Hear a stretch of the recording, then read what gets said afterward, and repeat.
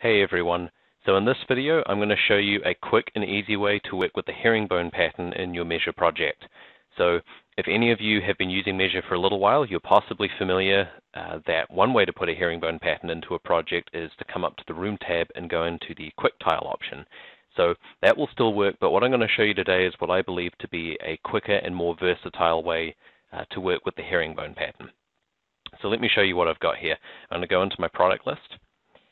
So the product I'm going to be using today, I have in my laminate tile section, I have a 250 by 1000 plank right here, and I've got a couple colors down there. So step one would be get your tile set up with whatever size it is, and you also want to take note of what is the short edge of that tile. So in my case, that's 0.25, that's the short edge. Okay, so that's, I guess, step number one, make note of those things. Step number two would be put one of those products in the room to start off with. So I'm just going to come in here and pick out maybe that green version of the 250 by 1000 tile, drop that into the room like that. Okay, the next thing we're going to do is come up to the Room tab, and we're going to go straight into the tile editor. So the tile editor has a lot of versatility to it, but what we're going to do here today is just go straight over to this tool right here, which will clear out all the tile in this room. Okay, and what interestingly, what this exposes is that there is actually a grid behind the scenes, a 250 by 1000 grid that Measure created to actually fit that tile to the room. So we're going to be working with this grid a little bit. That's kind of key to being able to put this herringbone pattern together. So the thing about the grid that's in here currently is that allows us, see if I come back up top here and I have the 250 by 1000 green tile selected there, I can place that tile anywhere in this grid, but what I can't do is place it horizontally. I can only place it vertically. And so to solve that, this is where the grid comes back in. We're going to go up here to Manage Layers. And if I pull this window over here, so we have one layer in here currently. That's the layer Measure generated initially when we put that tile in. So we're going to add our own layer. And this is where the short edge of the tile comes in. So we're going to say 0.25. Oops. 0.25 by 0.25. So whatever the short edge of your tile is in your herringbone pattern, put that one in here. And we're going to do OK.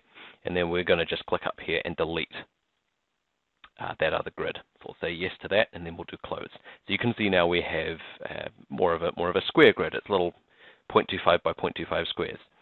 And the reason that's useful is because now what we can do is we can come pick that tile out again. Let's say we pick out the gray one. And we're going to pick on single tile right here. And first thing to do would be place this just somewhere in the room. So we'll put it there. Then we're going to come up here and hit this rotate option. So that lets us flip the orientation of the tile that we're about to place. And we couldn't do this before, but now that we've got this new grid in here, we can. So we're going to put it about there. Whether we put it here or just up there, it doesn't matter. It's still going to work out. So we'll just click there. And that right there is the herringbone pattern at its simplest form. And this is the cool bit. So now that we've made this, we just get to come up here and click the Fill Design option.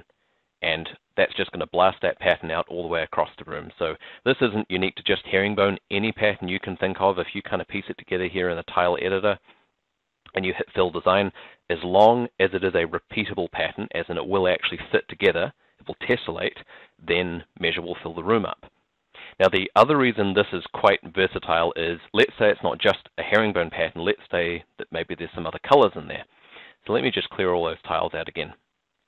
Just to give you a bit of an example, let's say, let me just put together a little bit of a herringbone pattern here. Let's say you had a herringbone pattern, but there were a couple of colors in here. So let's say that maybe there was a green tile right there, and then maybe there was a red tile. Let me just rotate that one about here. Oh, whoops, we want to go there, and we want another gray tile in there as well.